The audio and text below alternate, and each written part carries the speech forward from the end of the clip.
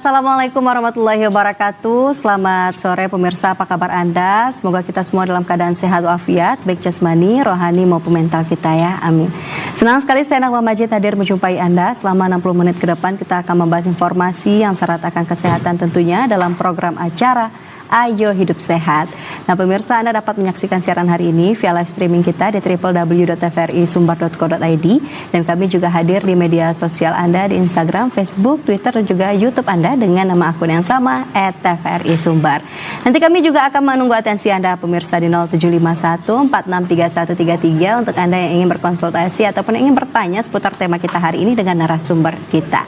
Baik pemirsa, masyarakat itu bisa mengonsumsi obat dengan benar dan juga meminimalisir potensi penyalahgunaan obat, dan kualitas kesehatan masyarakat jadi lebih terjamin. Namun seperti apa sebenarnya cara minum obat itu? Bagaimana sih takarannya dan apa aja persyaratannya ataupun aturan yang harus dilakukan ataupun yang harus ditaati oleh si pasien atau kita sebagai orang nih yang butuh dengan obat tersebut. Nah akan kita bahas tentunya bersama narasumber kita, ada Apoteker Harisman SSI, spesialis farmasi rumah sakit dari Rumah Sakit Umum Pusat M Jamil Kota Padang. Assalamualaikum, selamat sore Pak. Waalaikumsalam.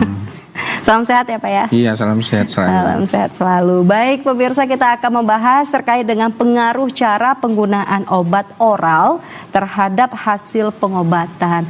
Nah mungkin masyarakat di luar sana belum tahu nih Pak Haris, obat oral itu bagaimana. Tapi sebenarnya sebelumnya itu obat itu seperti apa sih, dan jenis obat itu bagaimana nih sebenarnya yang belum diketahui oleh masyarakat di luar sana ini? Rahasia obat gitu ya.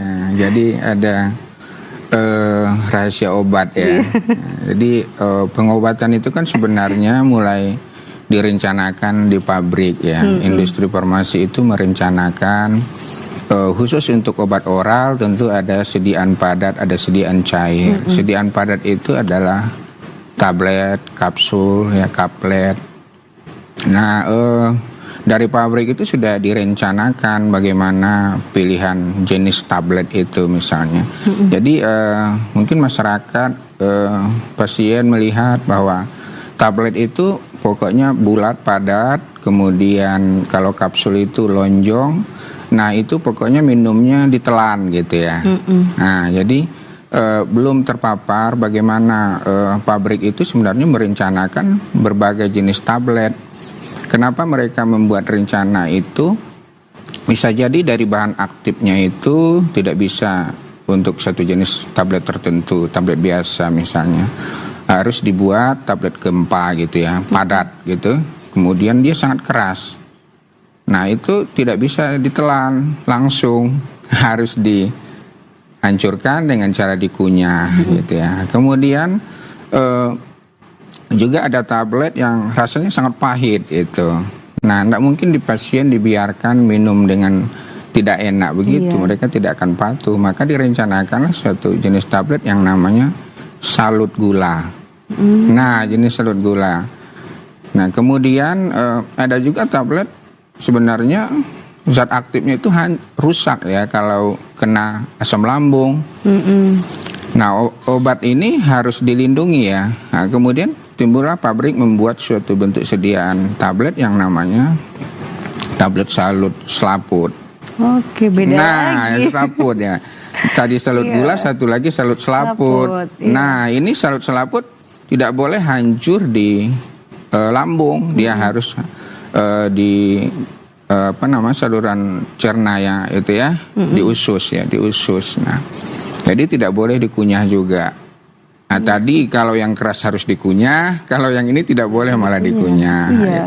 Kemudian juga karena kita sangat care ya, farmasis pabrik itu juga sangat care dengan pasien, maka dipikirkan bagaimana mereka tidak meminum obat itu harus 3 kali sehari ya. Nah, kan capek pasiennya, malah lupa juga gitu ya.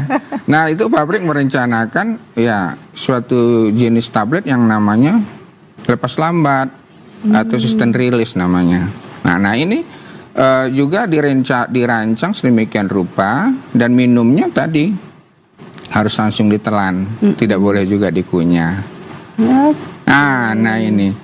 Kemudian juga pada kondisi tertentu absorpsi obat ini juga akan dipengaruhi oleh kondisi fisiologis dari pasien itu sendiri. Ada obat kalau saluran cernanya ada makanan, maka absorpsinya menurun. Nah, ini diatur lagi minumnya. Beda-beda jadinya. Diatur lagi minumnya, tidak hanya tadi rancangan dari pabrik, tapi kondisi fisiologisnya harus dilihat oleh si apoteker di apotek.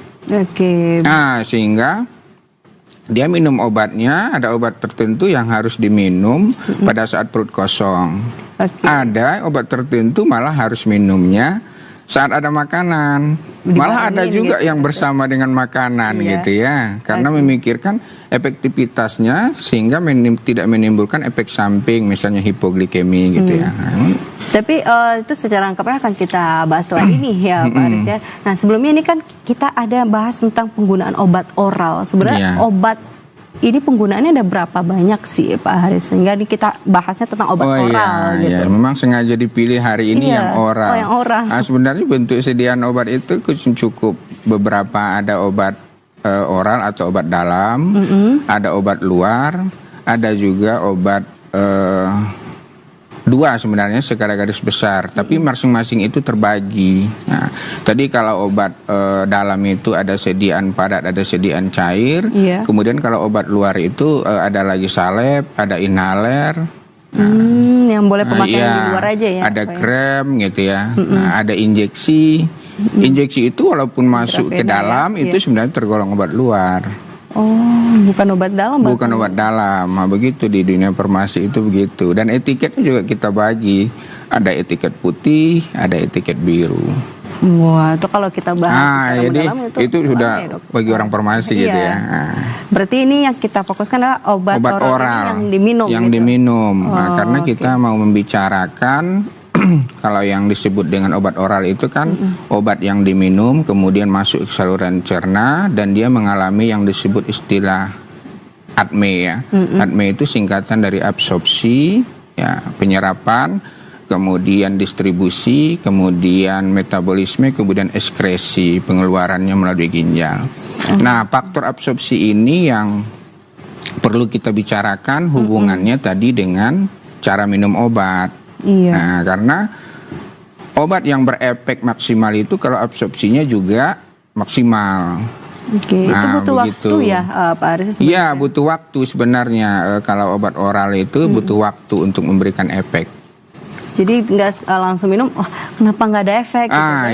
Nggak selalu begitu. Masing-masing obat itu juga beda waktu absorpsinya. Tapi kalau secara umum Pak Aris boleh dijelaskan ke kita semua itu sebenarnya bagaimana sih rangkaian proses masuk obat dari mulut, kemudian dia absorpsinya seperti apa, nanti kemudian dia pengaruh ke tubuh kita itu bagaimana? Iya, kalau obat itu misalnya obat tablet yang diminum, dia akan masuk mulut, kemudian melewati kerongkongan, langsung ke lambung.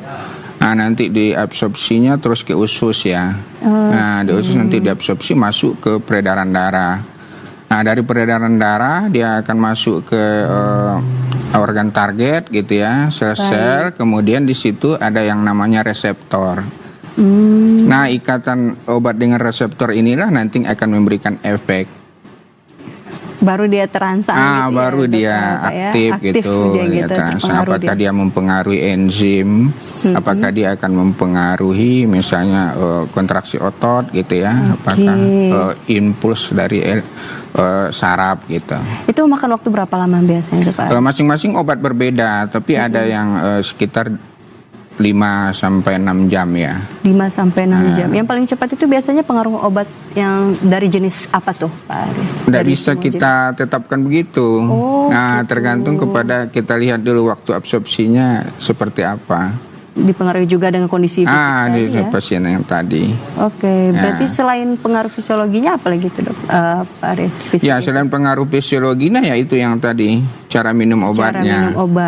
Cara minum obatnya. Kalau cara minum obatnya tepat, misalnya kalau dia minum obatnya harus dikunyah, ya itu nanti efeknya akan lebih bagus. Tapi kalau dia obatnya tidak boleh dikunyah, lalu dikunyah, ya itu akan menimbulkan. Dia nggak bereaksi. Tidak bereaksi, malah juga bisa menimbulkan efek yang sangat berlebih, toksisitas namanya ya Bahkan kan. jadi racun dia gitu. Maka menyebabkan racun itu ya. Oke, selain 2 cara itu apalagi cara untuk minum obat sebenarnya nih Pak Aris? Ya, cara minum obat yang lain adalah bagaimana misalnya pasien itu minum obatnya harus dilarutkan misalnya ya. Oke, dilarutkan. Seperti misalnya ketika COVID kemarin kan ada sediaan yang bisa meningkatkan imunitas ya, tablet zinc gitu ya. Iya. Nah itu tablet dispersi namanya kan. Nah itu harus dilarutkan ke cairan yang air minum yang dimasukkan dalam sendok. Nanti setelah dia Larut. bukan larut sebenarnya hancur gitu ya. Nah, kemudian baru ditelan. Ada lagi gitu. Lain lagi dia.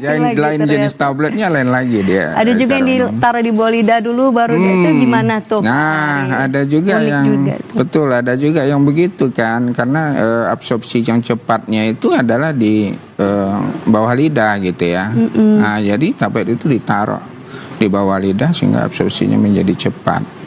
Apakah itu berlaku untuk kapsul? Apakah ada yang serbuk juga taruh? Itu rata-rata tablet ya.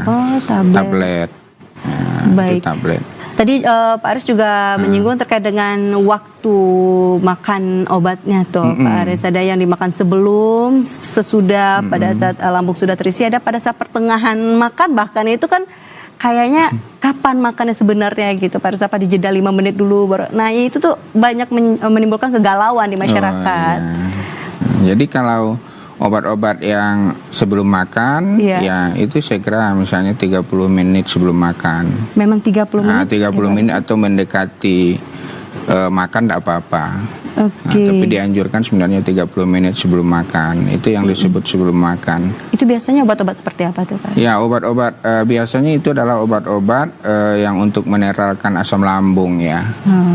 Menetralkan asam lambung supaya nanti asam lambungnya ternetralkan oleh obat, baru makanan masuk gitu ya. Kemudian juga obat-obat yang ketika misalnya seorang pasien itu bila ada makanan, dia cenderung muntah gitu ya.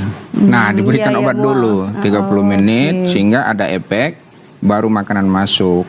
Nah, kemudian dia terhindar dari muntahnya. Mual muntahnya. Makanya obat mual muntah itu minumnya ya 30 menit sebelum makan gitu 30 menit sebelum makan. Selanjutnya yang kalau di pertengahan makan itu apa tuh? Nah, kalau di pertengahan makan itu adalah obat gula ya. Obat gula. Itu tujuannya adalah untuk mengurangi penyerapan gula dari makanan itu.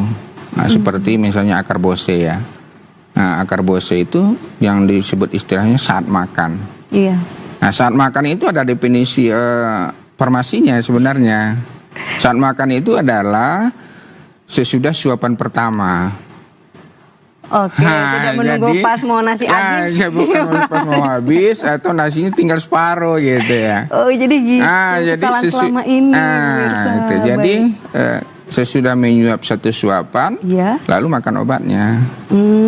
Gitu. Habis bantu dorong dengan air gitu ya. Baru lanjutkan makan berikutnya gitu. Kalau yang setelah makan itu gimana? Nah, kalau yang setelah makan itu ya segera aja. Nggak tunggu 30 menit? Tidak tunggu 30 menit, segera aja.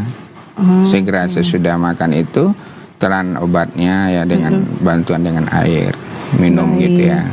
Kemudian nih Pak Aris, penasaran juga ada nggak obat yang memang kalau kena sinar matahari dulu baru dia berfungsi gitu, seperti vitamin D yang harus diminum kemudian harus pagi hari atau siang hari, itu gimana Pak Aris? Sebenarnya bukan setelah kena matahari dia berfungsi ya, tetapi dia lebih bagus efeknya setelah kena paparan matahari misalnya, dibantu karena produksi misalnya kalau vitamin D itu kan dibantu produksinya oleh adanya cahaya ultraviolet misalnya gitu. Jadi itu benar adanya ya? Benar adanya karena tubuh itu kan melakukan produksi sendiri juga, tidak hanya mengandalkan asupan dari luar gitu. Nah, jadi lebih maksimal jadinya.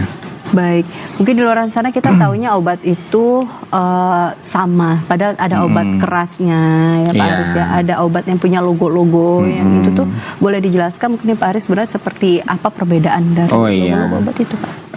Kalau kita bicara dengan teori cara mendapatkan obat, nah itu sebenarnya teori cara mendapatkan obat itu ya. Mendapatkan obat. Supaya mendapatkan obat itu tertib ya, maka dunia farmasi itu membagi menjadi 4 ya, 4 malah 5 gitu ya golongan obat itu. Golongan obat. Jadi ada golongan obat bebas. Nah, nanti dia logonya bulat, ada warna hijau ya di dalam lingkarannya. Oh, itu sering dilihat di apotek tuh. Sering di apotek. Nah, itu cara mendapatkan itu boleh aja dibeli sendiri. Oke. Nah, gitu. Tapi sebenarnya kan nggak dianjurin. Dianjurkan, nggak apa-apa. Oh, boleh ya, boleh.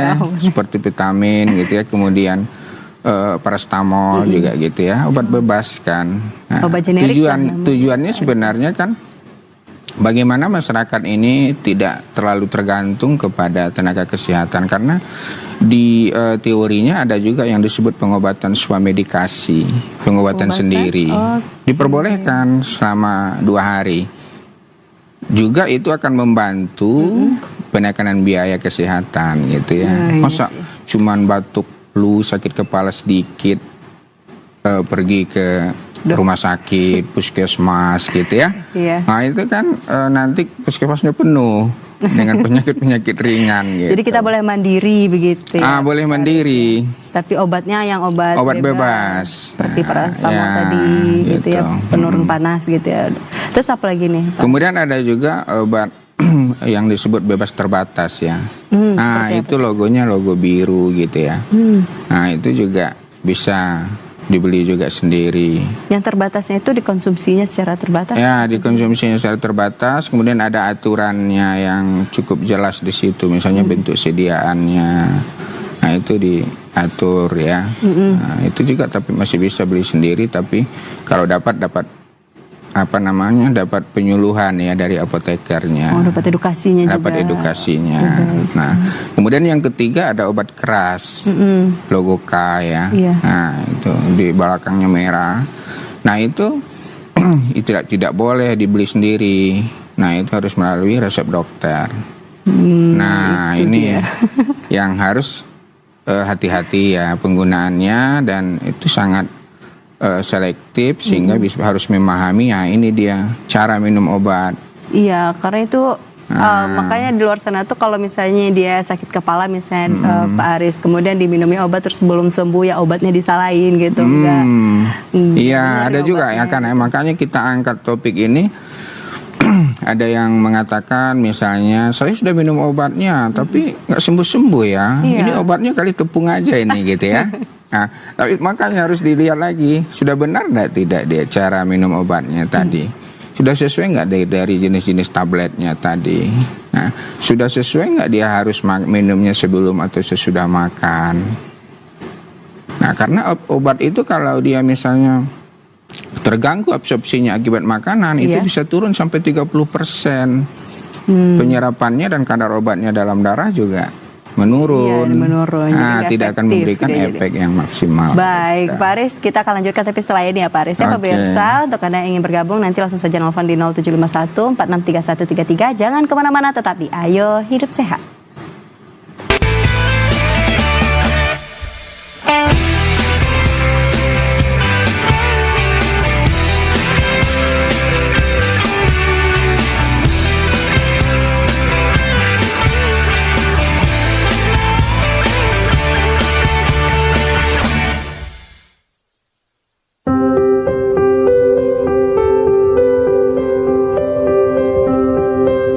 Menjelajahi keindahan alam, menikmati keunikan budaya, serta keberagaman kuliner dari berbagai penjuru Nusantara. Ragam Pesona Indonesia, Senin hingga Jumat pukul 9 waktu Indonesia Barat.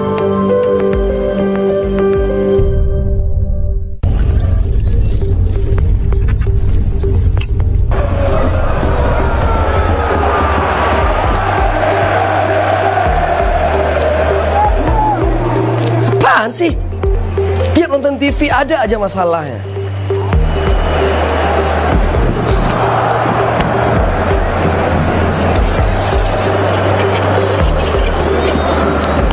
Tuh kan.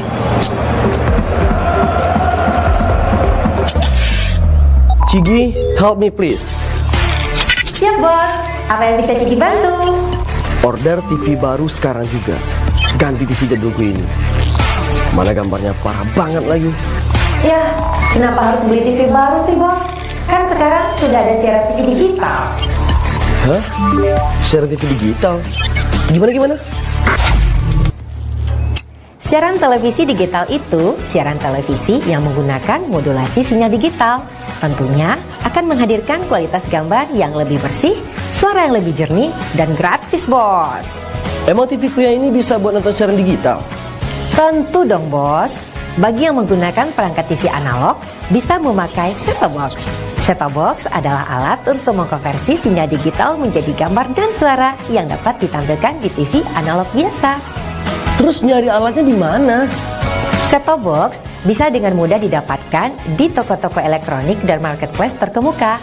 Pastinya dengan harga terjangkau dan mudah pemasangannya. Oke, paham. Cigi, sekarang juga order set-top box. Siap bos.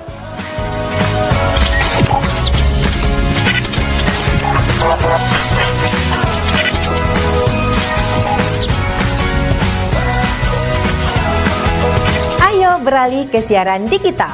Bersih gambarnya, jernih suaranya, dan canggih teknologinya. Gol!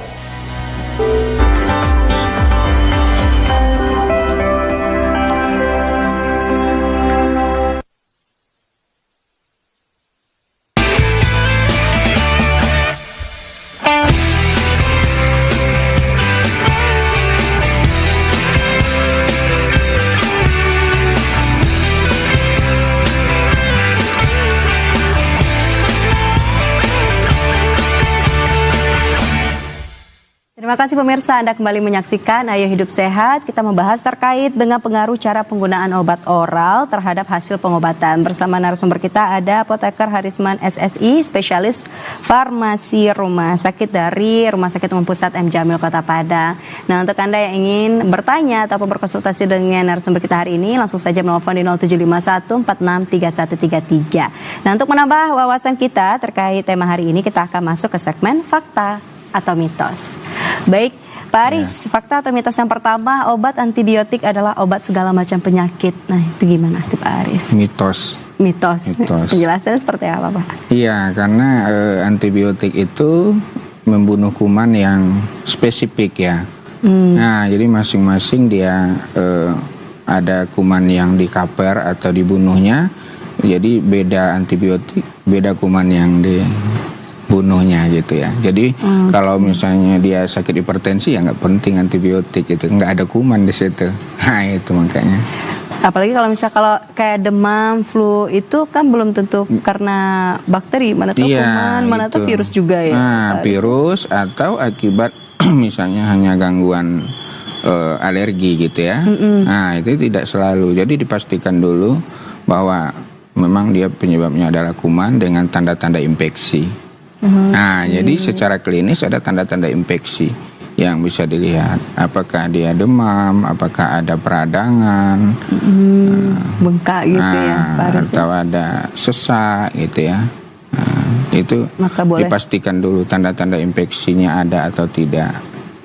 Katanya juga antibiotik ini harus diminum sampai habis ya Pak Aris? Iya, teorinya antibiotik itu memang dipastikan harus diminum sampai habis. Karena diresepkan itu sudah ada teorinya, apakah secara empiris atau memang sudah penetapan melalui kultur kuman, itu harus dihabiskan sesuai yang diresepkan. Kenapa?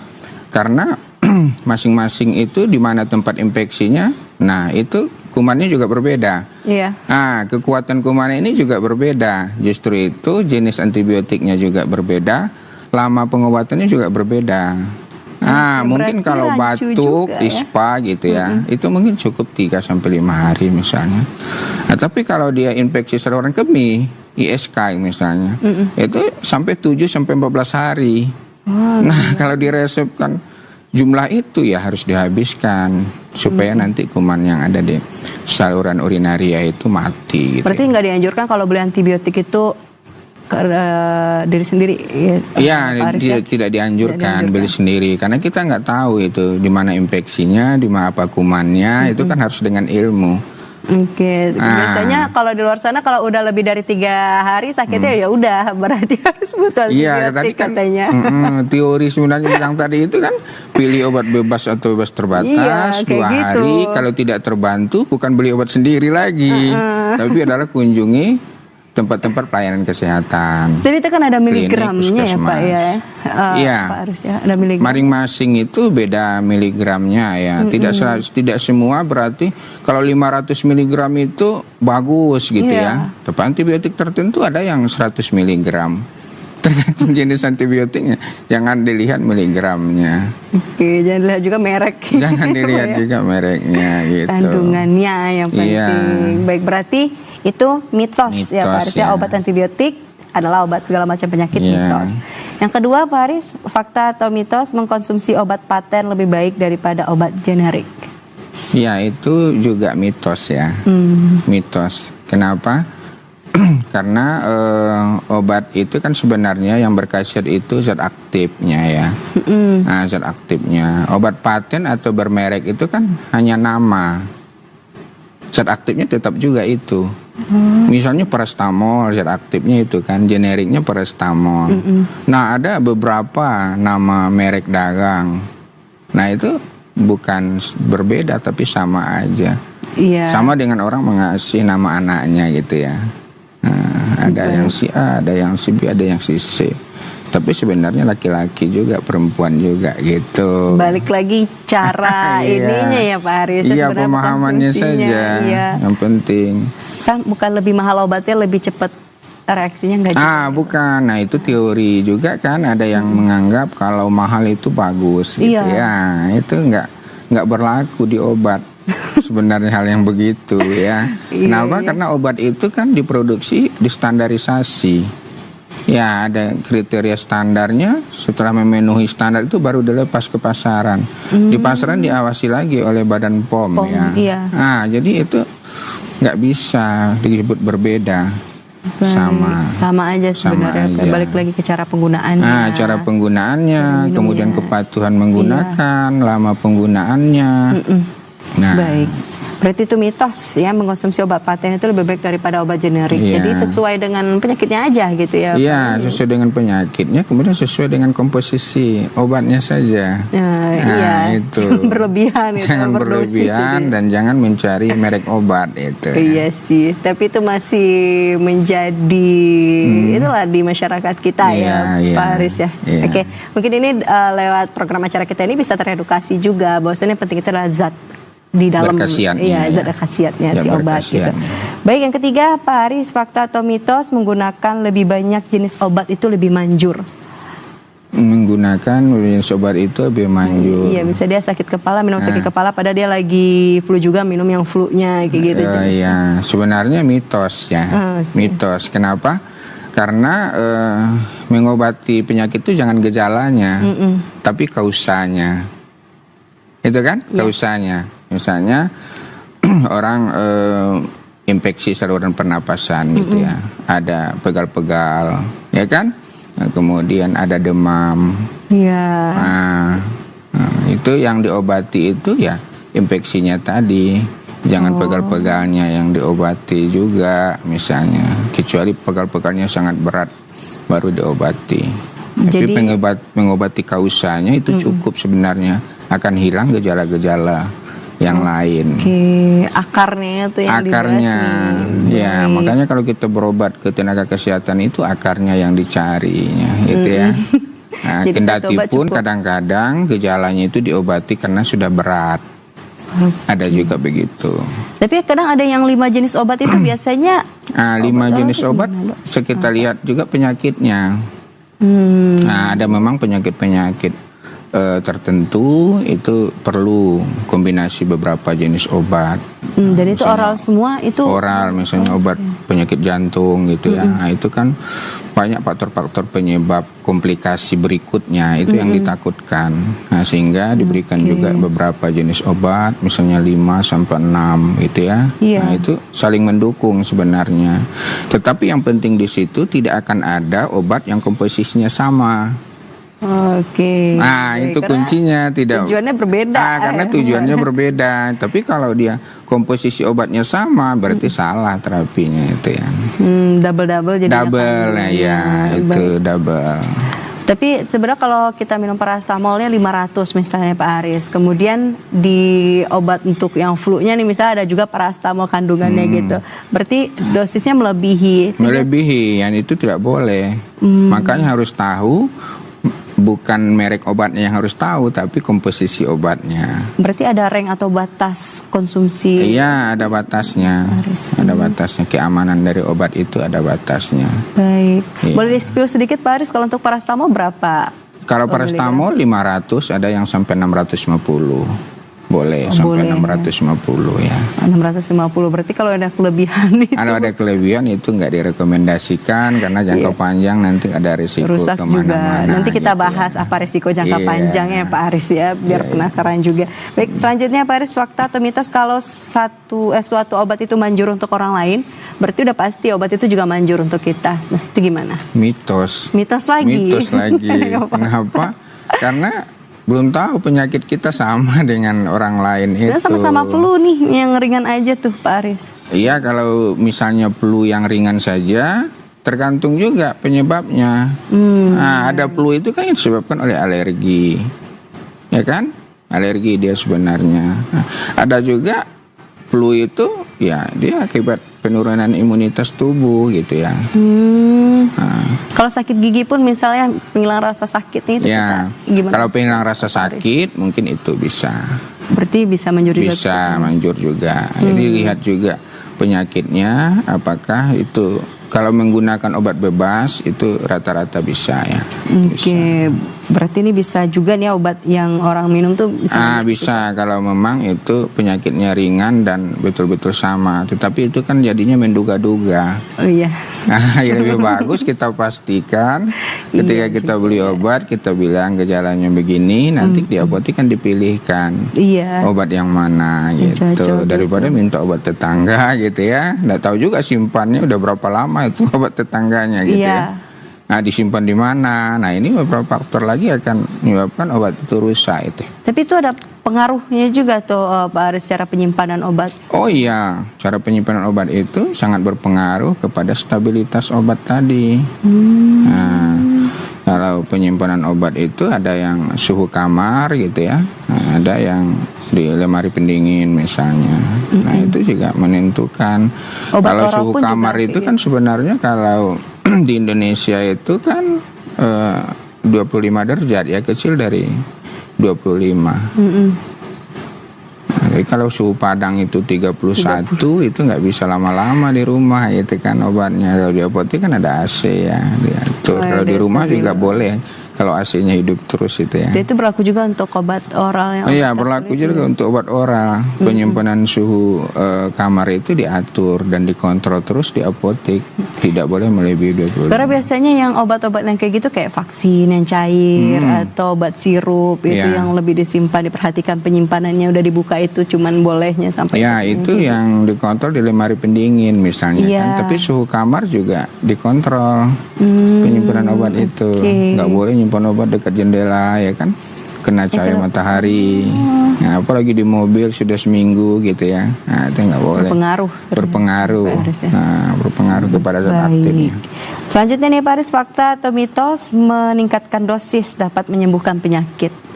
Meningkatkan dosis dapat menyembuhkan penyakit. Kalau sendiri nggak boleh, mitos ya, mitos. Nah, kenapa? Karena itu sudah ditetapkan dosisnya dan sudah dilakukan uji klinis ya.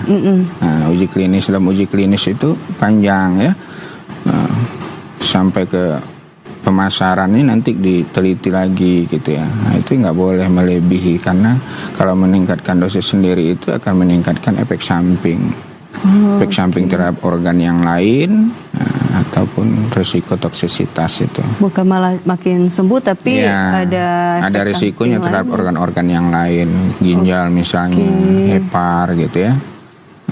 Wah, berarti bahaya juga ya kalau kita pandai-pandai sendiri aja gitu ya. Iya. Harusnya meningkatkan apa? Karena kan contohnya saja kalau misalnya kita lupa minum di waktunya gitu, Pak Aris. Kemudian kita double, kita minum double di jam berikutnya. Iya, itu sebenarnya ada teorinya ya. Teorinya secara farmasi juga ada. Kalau lupa minum obat itu ada aturannya. Oke. Misalnya setiap 8 jam ya. Nah itu kalau lupa sudah melewati sebelum 2 jam periode berikutnya, nah itu boleh diminum langsung. Misalnya kita harusnya minum jam 8 pagi gitu ya. Tapi ingatnya jam 10. Periode berikutnya kan sebenarnya kalau 8 jam, jam 2 ya. Nah itu nggak boleh lagi. Sudah lewat 2 jam. Oke. Tapi kalau sebelum 2 jam hanya 1 jam saja atau 1,5 jam atau Masih mendekati 2 jam masih boleh minum aja. Tapi habis Lupa itu tadi. selanjutnya yang jam 2 Selanjutnya tadi. ngikut aja jam 2. Oke, nggak Tadi. ganggu proses absorpsi. Tidak mengganggu proses absorpsi tadi ya. Tapi kalau misalnya tadi lupa, jam 10 baru ingat. Nah, jam 2 minum obatnya gimana? Didabel atau tidak? Iya. Tidak didabel. Cukup Cukup. dengan dosis yang sudah ditetapkan sebelumnya. Kalau misalnya 500 ya 500 saja. Nah, nanti ini akan tercapai lagi kadar obat dalam darahnya kalau obat itu diteruskan sampai 3 hari. Akan dikejar lagi itu. Balik ke siklus Karena normal ya, dia, karena yang diinginkan itu kan sebenarnya bagaimana kadar obat dalam darah ini tetap.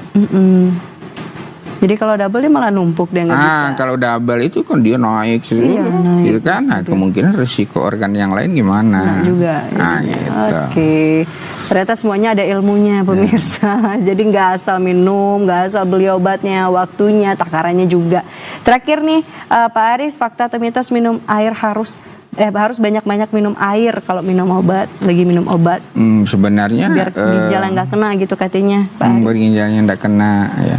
Sebenarnya berlebihan nggak boleh ya, sesuatu yang berlebihan itu nggak boleh. Sebenarnya mitos ya. Minum airnya ya cukup dengan 1 sampai 2 gelas. Ya jangan sampai 3 sampai 5 gelas nanti supaya tercuci lewat ginjal gitu ya. Enggak, karena air yang berlebihan juga itu akan bisa membebani ginjal. Nah, jadi ginjalnya terpaksa bekerja ya dengan kadar air yang banyak itu. Nah, itu memicu juga beban ginjal. Iya, malah bukan karena obatnya. Ya, bukan Pak karena Aris, ya. obat, tapi karena airnya. Iya. Ya, kan sudah ditetapkan kan berapa liter sehari ya minum airnya. Karena ketakutan tadi kena ginjal, ya malah kena Iya, ginjal. malah jadi. dibebani ginjalnya dengan air yang banyak. Nah, itu juga Iya sih, nggak benar. Jadi nggak minum airnya secukupnya. Secukupnya setelah saja. minum obat gitu ya. Nah, sebenarnya kan kalau kita teori minum pil misalnya ya, minum pil itu kan sebenarnya masukkan air dulu sedikit gitu ya, ditelan. Nah, kemudian baru ditaruh tabletnya di pangkal lidah gitu ya. Baru diminum air. Setengah gelas misalnya kan, atau sebisanya ditampung di mulut ya kan, baru ditelan sambil menekuk ke bawah, jangan gini gitu ya, ditekuk ke bawah. Nah, dia pasti lewat dia. Setelah dia lewat sudah dengan setengah gelas lagi yang tinggal pasti udah cukup. Dan itu sebenarnya tekniknya. Ya, Pak teknik Haris, minum tablet ya. Selama ini ada nutup hidung gitu Ya, kan. ada yang minum tablet kan masukin kemudian ditelan tanpa ditekuk. Nah, itu akibatnya obatnya apa sih, Pak Aris? berlari-lari dia kan di mulut ya. Nah, itu. Tekniknya begitu, tekniknya gitu, tadi ya. Tapi ada juga obat yang diminum tanpa harus minum air, kayak obat batuk itu, Pak Aris, yang obat-obat herbal kemudian nggak usah minum air, jadi dia kayak stay di situ. Iya, kan sebenarnya tidak dianjurkan juga tidak minum air. Sebentar aja supaya dia lebih lega.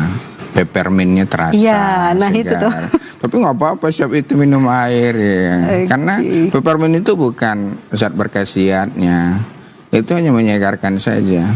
Zat berkhasiatnya ada di situ, masuk ke dalam lambung, saluran cerna secara Baik. Tapi ini penasaran juga nih Pak Aris terkait dengan waktu minum obat itu. Kan contohnya aja untuk obat TBC misalnya, mungkin pengecualiannya. Yeah. Kalau TBC itu kalau minum obat lupa ulang lagi dari awal. Nah, itu kenapa? Sebenarnya bukan teorinya minum obatnya diulang dari awal, diteruskan aja seperti teori tadi. Oke. Tetapi hanya nanti ditambah waktunya. Kalau misalnya tadi 6 bulan, Iya. mungkin jadi 8 bulan. Sebanyak lupanya sebenarnya. apa gimana, Gitu, Pak Aris? bukan berarti didapat gitu. Oke, pemahamannya ya maksudnya Bukan tuh tabletnya ditambah. pemaknaannya itu diganti Iya, bukan gitu tabletnya ya. yang ditambah periode berikutnya, bukan. Waktunya aja mungkin diperpanjang gitu ya. Supaya tadi kumannya yang sempat kadar obat ini tidak tercapai, itu kan kumannya masih pusing-pusing misalnya ya. Pingsan lah kita katakan begitu. Diperpanjang supaya mati betul dia kan kumannya. Baik, itu dia tuh mungkin yang masih penasaran terkait dengan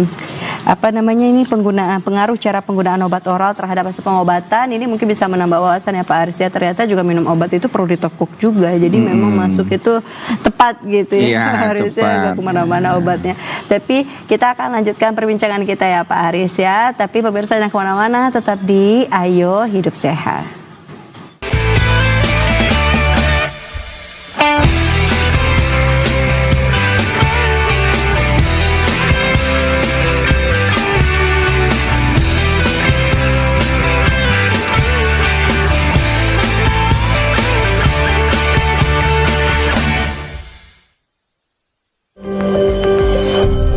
Menghadirkan kisah-kisah kehidupan dari sosok inspiratif.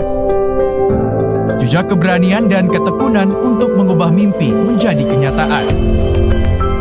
Serta membahas realita kehidupan yang terjadi dari berbagai penjuru Nusantara. Ragam Inspirasi Indonesia, Senin hingga Jumat pukul 9.30 waktu Indonesia Barat. Assalamualaikum warahmatullahi wabarakatuh. Selanjutnya Menemani siang Anda dengan obrolan podcast yang menarik. Dipenuhi segudang informasi dari bintang tamu yang menginspirasi. Tampilan aja saya ngasih mak. Semakin asik bareng host yang seru dan menyenangkan, Desbi Sugari. Sugari akan menemani waktu istirahat siang dan sanak selama 1 Tampe jam. Mauta. Mau tanya orang awak? Risiko Tampe. Senin dan Selasa pukul 2 siang di TVRI Sumatera Barat. Dan dapat ditonton kembali di kanal YouTube TVRI Sumatera Barat. Sumatera Barat hari ini kembali hadir menjumpai Anda. Sajian informasi aktual seputar Sumatera Barat. Memastikan pemilih pemula dalam pemilu serentak. Merangkum momen dan peristiwa yang terjadi di penjuru kabupaten dan kota. Seorang warga di Nagari Lubuak Tingkok dibekuk tim opsional Satreskrim. Menghadirkan sumber dan narasumber yang kredibel dan terpercaya. Ya, siapa yang terlaksana kegiatan pemerintah, maka itu menjadi stimulan. Sumatera Barat hari ini. Sumatera Barat hari ini juga dapat Anda saksikan di YouTube channel TVRI Sumatera Barat dan media sosial TVRI Sumatera Setiap Barat. hari pukul 4 sore waktu Indonesia Barat. Di TVRI Sumatera Barat.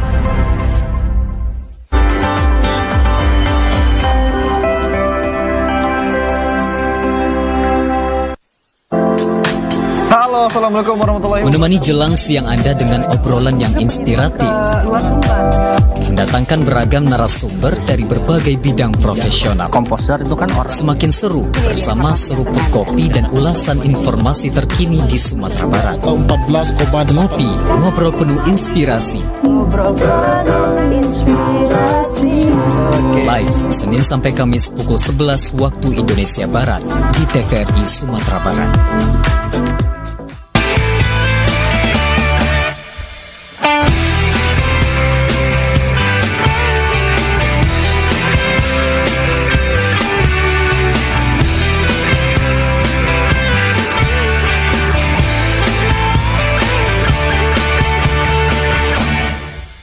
terima kasih pemirsa Anda kembali menyaksikan Ayo Hidup Sehat. Kita membahas terkait pengaruh cara penggunaan obat oral terhadap hasil pengobatan. Bersama narasumber kita ada Apoteker Harisman SSI, spesialis farmasi Rumah Sakit dari Rumah Sakit Umum Pusat M. Jamil Kota Padang. Nah, kami masih menunggu atensi Anda ya di 0751 46 3133. Baik, Pak Aris, tadi kita di awal sudah menyinggung terkait ada golongan obat tadi.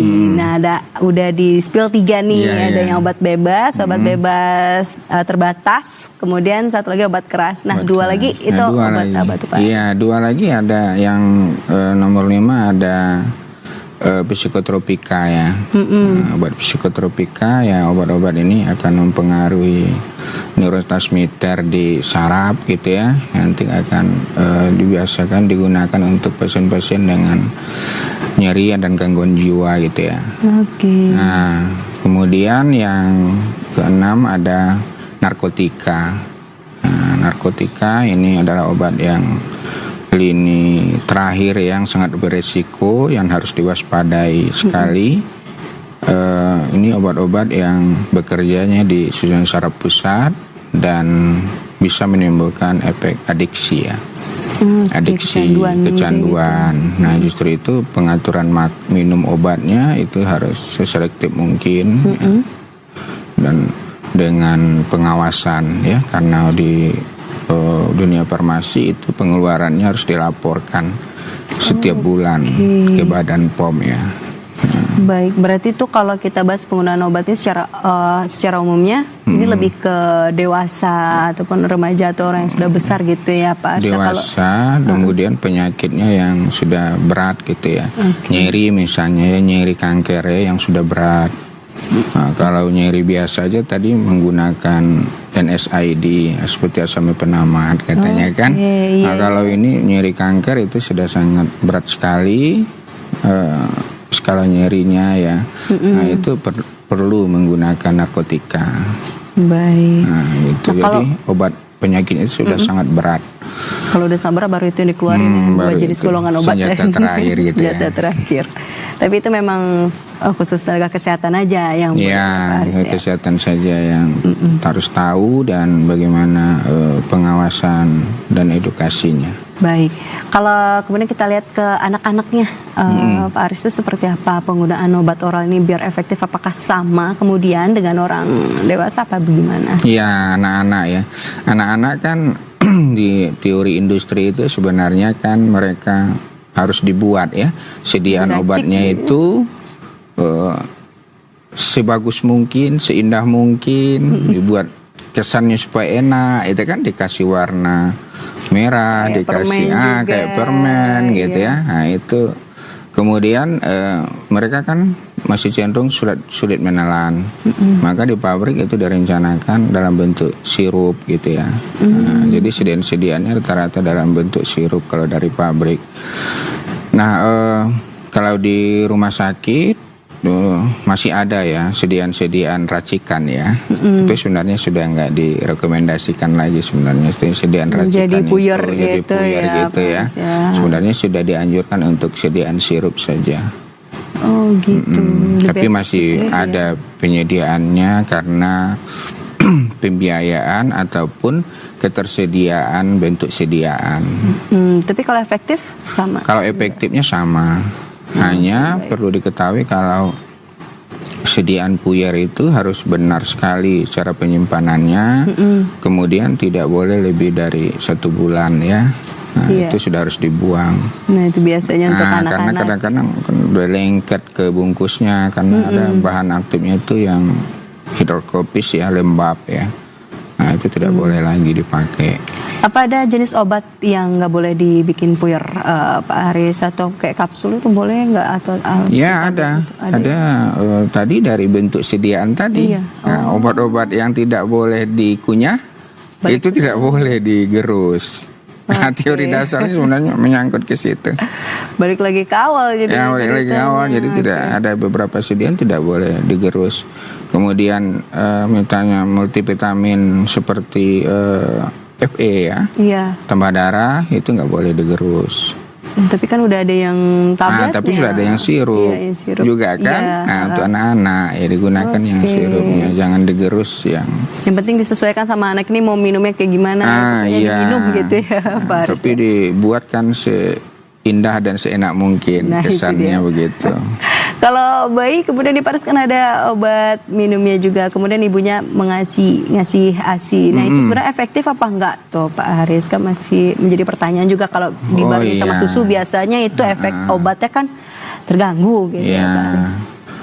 Sebenarnya lihat juga obatnya, tidak semua obat itu akan membentuk kompleks istilahnya dengan susu.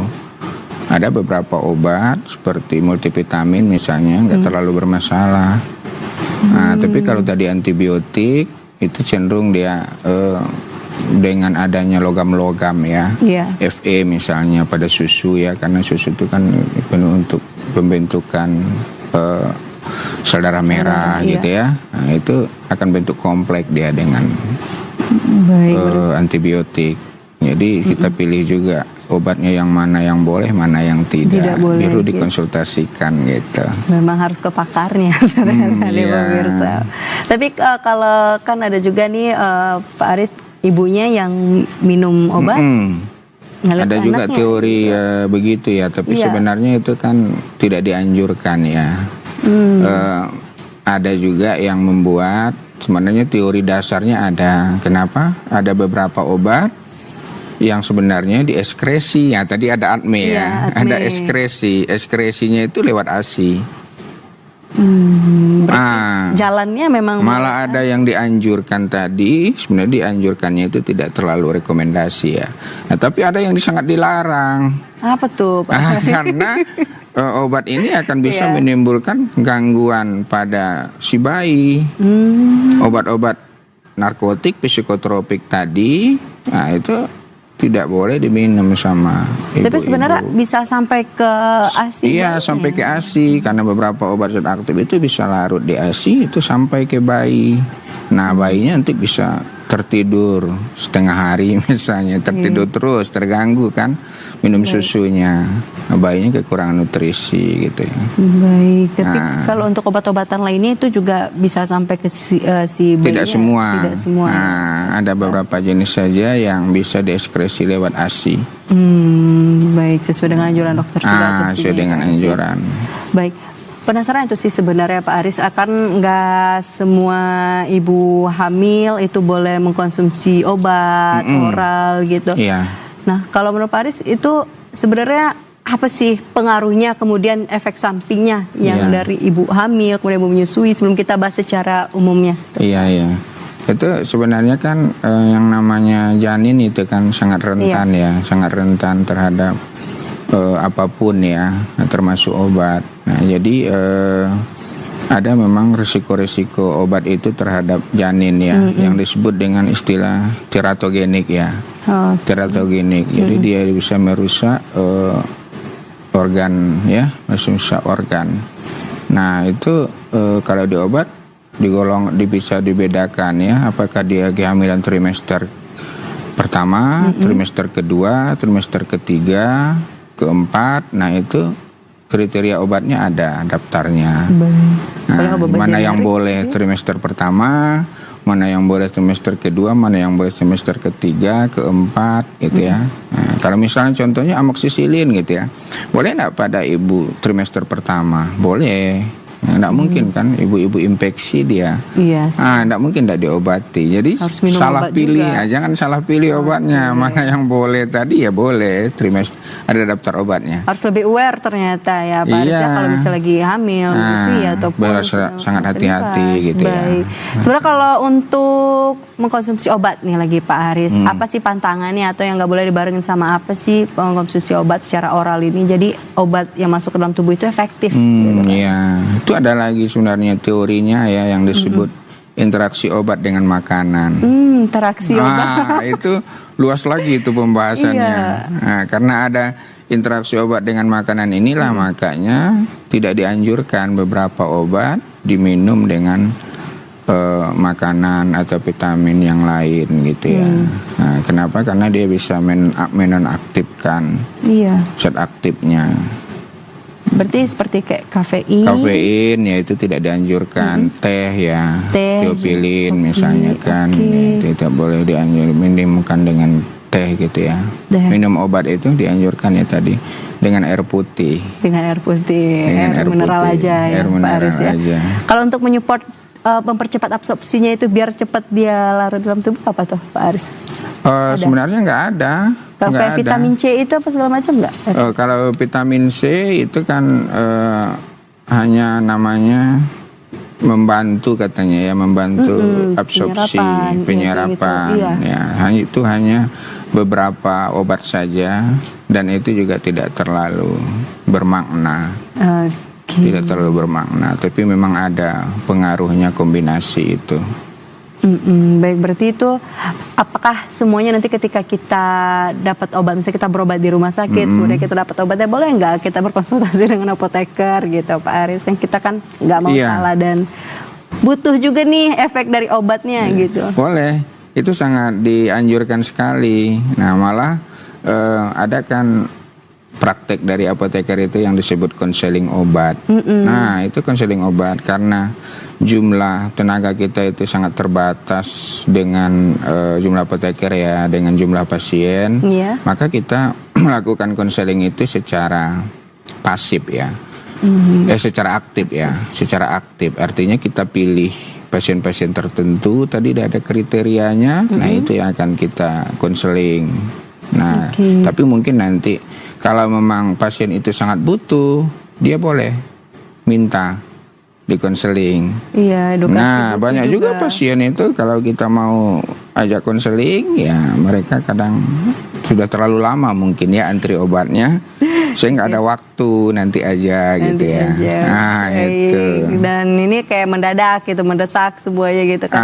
Pak Aris, jadi butuh cepat aja. Iya, butuh cepat. Terakhir nih Pak Aris, kita udah di penghujung acara, mungkin boleh kesimpulan terkait dengan tema kita hari ini, yaitu pengaruh cara penggunaan obat oral terhadap hasil pengobatan. Boleh silakan Pak Aris. Iya, kesimpulannya adalah yang pertama, kenali bentuk sediaan obat dan kenali cara minum obatnya. Kemudian yang kedua, efek obat itu sangat berpengaruh kepada cara minum. Nah, kemudian hasil terapi juga akan berpengaruh kepada cara minum obat. Nah, kalau cara minum obatnya maksimal, maka hasil terapinya juga pasti maksimal.